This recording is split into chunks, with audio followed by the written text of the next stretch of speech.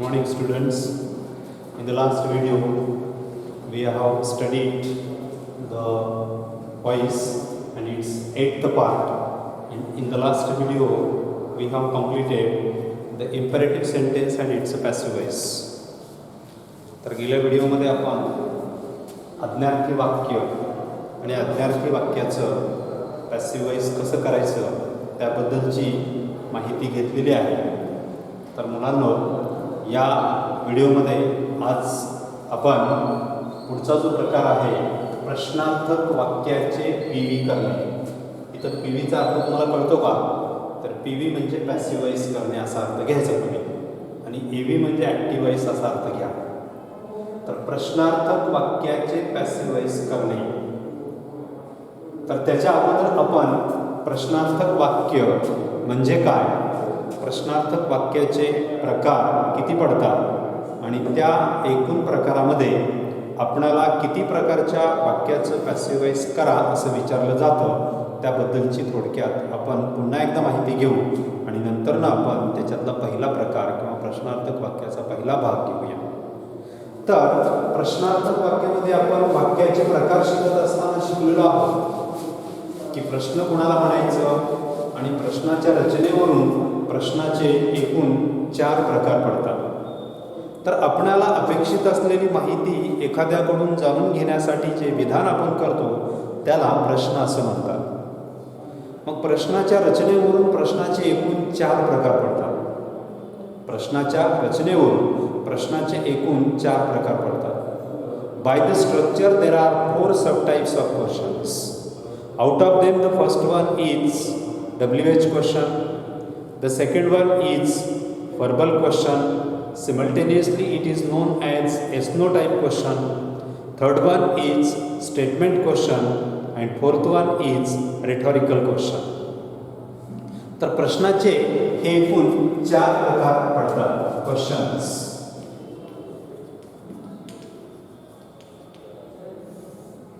तर त्यातला पहिला प्रकार WH टाइप क्वेश्चन.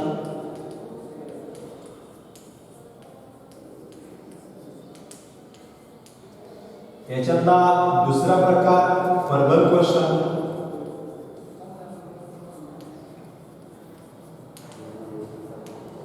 याच्यातला तिसरा प्रकार स्टेटमेंट क्वेश्चन.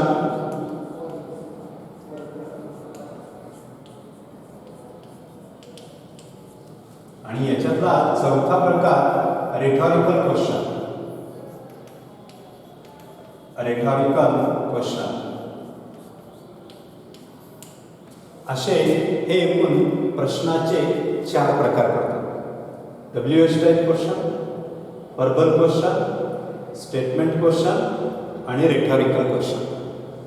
तर पॅसिव्ह वॉइससाठी आपल्याला हे पहिले 2 आहे, WH टाइप क्वेश्चन आणि व्हर्बल क्वेश्चन, या दोघांचीच फक्त माहिती घ्यायची आहे. तसं तर मी तुम्हाला या 4ही प्रश्नांची माहिती प्रश्नाचे वाक्याचे प्रकार यामध्ये शिकवलेली आहे. वाक्याच्या प्रकारामध्ये मी तुम्हाला इंट्रोगेटिव्ह सेंटेन्स म्हणजे प्रश्नार्थक वाक्य हे शिकवत असताना त्यामध्ये याबद्दलची पूर्ण माहिती तुम्हाला मी दिलेली आहे. तर त्याच्यामध्ये आता फक्त दोघांचीच माहिती परत एकदा मी तुम्हाला सांगतो. WH क्वेश्चन कुणाला म्हणायचं, सुरुवातीला हे फिक्स ठेवा की ज्याच्या शेवटला प्रश्नचिन्ह आले तो प्रश्न असतो, तो प्रश्न असतो. मग त्याच्या सुरुवातीला जर प्रश्नार्थक शब्द आला असेल, ज्याला आपण व्याकरणाच्या भाषेमध्ये प्रश्नार्थक सर्वनाम असेल, हू असेल, व्हॉट असेल, वेअर असेल, विच असेल, हुम असेल, वाय असेल, असे जे प्रश्नार्थक शब्द सुरुवातीला त्याला म्हणायचं WH टाइप. आणि ज्याच्या सुरुवातीला वर्ब आले म्हणजे हेल्पिंग वर्ब असेल किंवा मॉडेल ऑक्झिलरी असेल, ते जर सुरुवातीला आला असेल तर त्याला म्हणायचं व्हर्बल क्वेश्चन. या दोघांची माहिती तुम्हाला मी वाक्याचे प्रकार यामध्ये शिकवले आहे.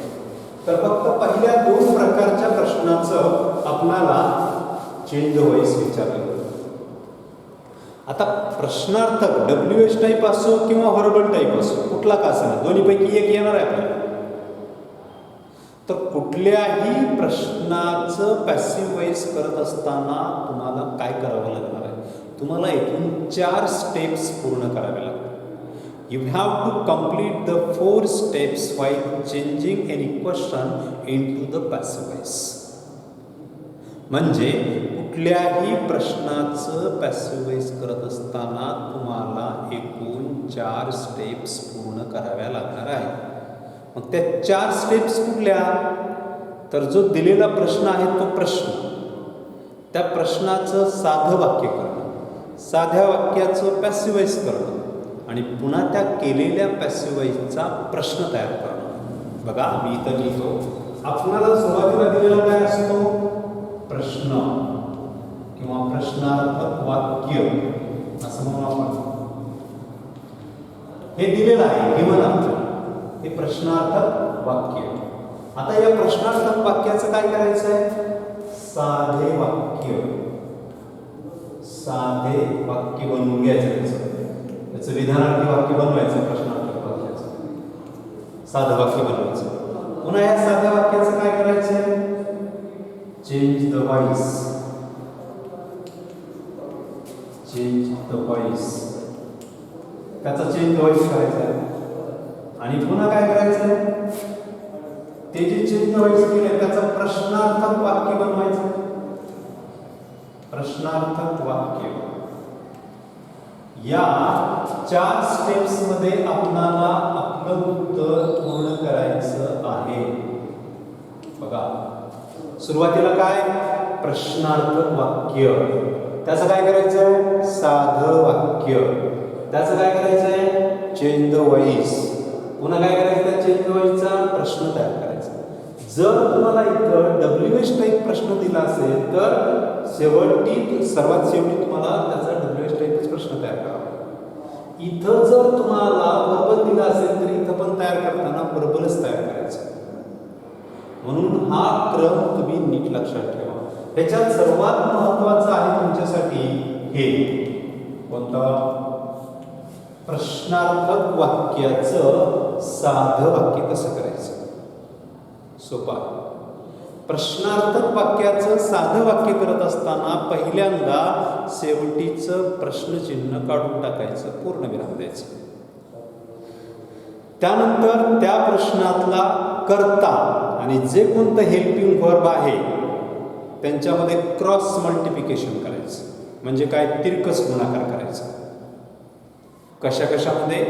हेल्पिंग वर्ब, मॉडेल ऑक्झिलरी, दोन्हीपैकी काही असू द्या ते आणि त्या वाक्याचा कर्ता यांच्यात क्रॉस मल्टिप्लिकेशन म्हणजे तिरकस गुणाकार करायचा आणि प्रश्नचिन्ह काढून पूर्णविराम द्यायचा. झालं साधं वाक्य. फॉर एक्झाम्पल इथं मी घेतलेला number 1 are you eating an orange असा माझा प्रश्न आहे. Are you eating an orange हा प्रश्न आहे. हा प्रश्न प्रकारात कुठे येतो? WH टाईप मध्ये येतो का वर्बल टाईप मध्ये येतो? सुरुवातीला WH शब्द आलाय का? नाही. काय आलं? मग हेल्पिंग वर्ब आर आले. तुम्हीच्या वर्तमानकडे आर आले. म्हणून हे कसला प्रश्न आहे? Verbal question. ओके. मग आता प्रश्नार्थक वाक्य म्हणजे हे गिवन दिलेलं, त्याचं काय करायचं? आपल्याला साधं वाक्य करायचं आहे. मग साधं वाक्य करताना मी काय सांगितलं तुम्हाला? दिलेल्या वाक्यातील हेल्पिंग वर्ब असो किंवा मॉडेल ऑक्झिलरी असो ते जे कोणतं दिले ते आणि त्या वाक्याचा सब्जेक्ट म्हणजे कर्ता यांच्यामध्ये क्रॉस मल्टिप्लिकेशन करायचं आणि प्रश्नचिन्ह जे शेवटला दिलेलं आहे ते काढून टाकायचं आणि त्याच्या जागी पूर्णविराम द्यायचं. म्हणजे काय? हे आर आहे आणि हे यू करता यांच्यामध्ये क्रॉस मल्टिप्लिकेशन करायचं म्हणजे काय करायचं? तिरकस गुणाकार म्हणजे यू इकडे आणायचा आणि आर इकडे न्यायचं. ओके. मग करूया कसं आपण? You are eating an orange आणि शेवटी प्रश्नचिन्ह काढून काय द्यायचं? पूर्णविराम द्यायचा. You are eating an orange. झालं. बघा साधं वाक्य झालं. ओके. आता या साध्या वाक्याचं काय करायचं आहे? Change the voice. मग मला सांगा, you are eating an orange या वाक्यात काळ कोणता आहे? आर आले आणि क्रियापदाला एम इज आर आणि क्रियापदाला कोणता काळ असते? प्रेझेंट कंटिन्युअस टेन्स असते. बरोबर आहे की नाही? मग जर ऍक्टिव्ह वॉइस मध्ये प्रेझेंट कंटिन्युअस टेन्स असेल तर पॅसिव्ह वॉइस करताना काय करावं लागतंय? एम इज आर आणि त्याच्या पुढे काय घ्यावं लागतंय? बीइंग घ्यावं लागतं.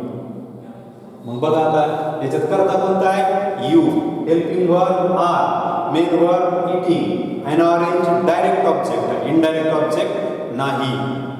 तो जो मेन भाग आहे आपला फॅक्टर्स त्याला सोडायचं नाही. आपण कॉम्प्लिमेंट दिले का वाक्यात? नाही दिलेलं. मग बघा आपल्याला उत्तर लिहायचं आहे चेंज द वॉइसचं. त्याचा क्रम कसा आहे? पहिल्यांदा कर्म ऑब्जेक्ट, मास्टर की कडे बघायचं. पहिल्यांदा कर्म ऑब्जेक्ट कोणता आहे? And orange, and orange. And orange नंतर एम इज आर, या तीन पैकी काय येईल? एम येईल का? नाही. आर येईल का? नाही. इज येईल का? नाही. यस. का? Singular. And orange is continuous tense असल्यामुळे त्याच्या पुढे काय घ्यायला सांगितलं मी? Being. And orange is being. पुढे क्रियापदाचं तिसरं रूप इटन. इटन कॉम्प्लिमेंट नाही म्हणून घ्यायचं नाही, बाय. आणि यूची द्वितीय काय? यूच. And orange is being eaten by you. हे झालं काय? त्याचा पॅसिव्ह वॉइस झाला. आता ह्या केलेल्या पॅसिव्ह वॉइसचा पुन्हा प्रश्न तयार करायचा. पण प्रश्न कोणता तयार करायचा आहे? वर्ब कोणता दिला होता? वर्बलच तयार करायचा. म्हणजे पुन्हा हीच प्रोसेस करायची. त्याच्यामध्ये अँड ऑरेंज आणि इज यांच्यामध्ये पुन्हा क्रॉस मल्टिप्लिकेशन करायचं. म्हणजे हा प्रश्न आपल्याला वरचा तयार होईल. इज सुरुवातीला घ्यायचं. Is and orange being eaten by you, या पद्धतीने प्रश्न तयार.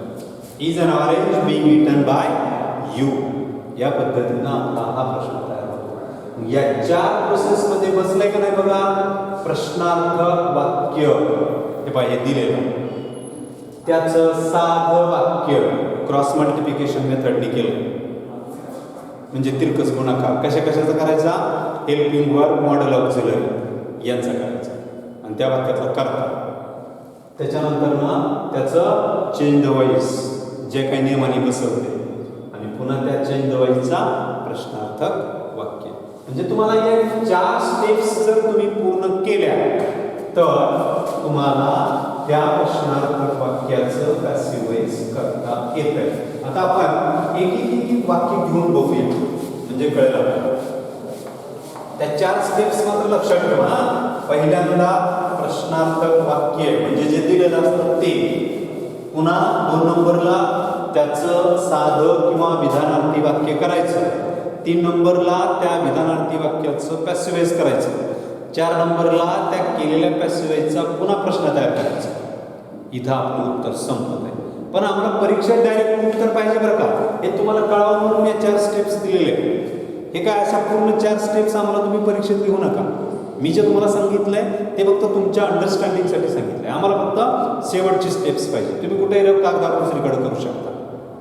पण उत्तरपत्रिकेमध्ये आम्हाला ते नको आहे. आम्हाला फक्त डायरेक्ट उत्तर पाहिजे असतं. तर बघूया. चला आपण दुसरा प्रश्न घेऊया. दुसरं उदाहरण.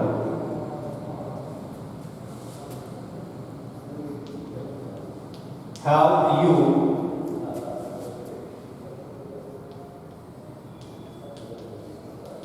completed your project? बघा, have you completed your project? या पद्धतीनं. मग इथं बघा हा प्रश्न प्रकार कोणता आहे? हा प्रश्न प्रकार आहे वर्बल क्वेश्चन. वर्बल आहे तो, ह्या सुरू झालेला आहे. मग आता पहिलं काम करायचं आपल्याला याचं दिलेल्या प्रश्नाचं 6वा म्हणजे काय रे? साधे वाक्य करायचं आहे. काय करायचं आहे? साधे वाक्य. मग साधं वाक्य करताना या वाक्यातील कर्ता आणि या वाक्यातील हेल्पिंग वर्ड यांच्यामध्ये क्रॉस मल्टिप्लिकेशन करायचं, म्हणजे तितकंच गुणाकार करायचा. मग काय होईल, हे यू इकडे येईल, यू हॅव पुढचा आहे लिहायचा, कंप्लीटेड युअर प्रोजेक्ट. आता प्रश्नचिन्ह काढून काय द्यायचं, पूर्णविराम. केलं का साधं वाक्य. आता या साध्या वाक्याचं पॅसिव्ह वॉइस करायचं नियमाने. कोणता काळ आहे रे, you have completed your project. Have has आणि क्रियापदाचं तिसरं रूप म्हणजे कोणता काळ, प्रेझेंट परफेक्ट टेन्स. बरोबर आहे की नाही. मग जर ऍक्टिव्ह वॉइस मध्ये प्रेझेंट परफेक्ट टेन्स असेल तर पॅसिव्ह वॉइस करताना अशा वाक्याचं काय घ्यावं लागतं रे, हॅव हॅज आणि त्याच्या पुढं बीन. काय घ्यावं लागतं, हॅव किंवा हॅज आणि त्या पुढं बीन यापैकी एक घ्यायचं असतं. हॅव बीन हॅज बीन यापैकी एक घ्यायचं असतं. मग चला आपल्याला पॅसिव्ह वॉइस करत असताना पॅसिव्ह वॉइसच्या उत्तराचा क्रम, त्याचा सिक्वेन्स कसा आहे, पहिल्यांदा कर्म. मग ह्याचं कर्म कोणतं आहे रे, कर्म कोणतं आहे ह्याच्यात, युअर प्रोजेक्ट. काय कर्म आहे, युअर प्रोजेक्ट. एकवचनी आहे ना, हॅज येते याच्यानंतर, युअर प्रोजेक्ट हॅज बीन, त्याच्या पुढे बीन. क्रियापदाचं तिसरं रूप कंप्लीटेड. कंप्लीटेड याच्यात कॉम्प्लिमेंट नाही, त्यानंतर बाय आणि यूची दुसऱ्या yours. Means your project has been completed by you असं येतं. आता हे झालं पॅसिव्ह वॉइस. आता या पॅसिव्ह वॉइसचा पुन्हा आपल्याला काय तयार करायचं आहे, प्रश्न, क्वेश्चन तयार करायचा आहे. क्वेश्चन आपल्याला दिलेला कोणता होता, दिलेला होता वर्बल. मग जर वर्बल दिला तर वर्बलच तयार करायचा आणि डब्ल्यूएच दिला तर डब्ल्यूएचच तयार करायचा. जो दिलाय तोच तयार करायचा. मग आता बघा आपल्याला पुन्हा याचा प्रश्न तयार करायचा. मग आता प्रश्न तयार कसा करायचा, या ठिकाणी हे आणि हे हॅज आणि कर्म जे आहे युअर प्रोजेक्ट यांच्यात पुन्हा तिरकस गुणाकार करायचा. म्हणजे हे हॅज इकडं आणायचं, has your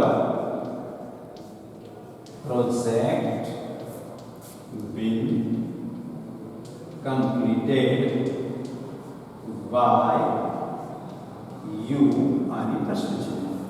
has your project been completed by you. या पद्धतीनं तुमचं सुरुवातीला दिलेला हा प्रश्न, त्याचं केलं आपण साधं वाक्य, साध्या वाक्याचं केलं पॅसिव्ह वॉइस आणि पॅसिव्ह वॉइसचं केला पुन्हा प्रश्न. प्रश्न करत असताना जो दिलाय तोच करायचा असतो. लक्षात घ्या, मला फक्त हेच पाहिजे असतं. मधल्या ज्या 2 स्टेप्स मी तुम्हाला दिलेल्या आहेत त्या फक्त तुमच्या अंडरस्टँडिंगसाठी दिलेल्या आहेत. परीक्षेत ह्या 2 स्टेप्स आम्हाला अपेक्षित नाही, आम्हाला फक्त डायरेक्ट उत्तर अपेक्षित आहे. हे तुम्ही दुसरीकडे कुठेही करू शकता. तर इथं प्रश्नार्थक वाक्य, त्याचं साधं वाक्य कसं करायचं, त्याचं वॉइस कसं करायचं हे शिकलोय. याच्यावरची जास्तीत जास्त उदाहरणं पुढच्या तासाला आणि पुढच्या प्रकारावर आपण घेऊया. तो तास इथं थांबूया.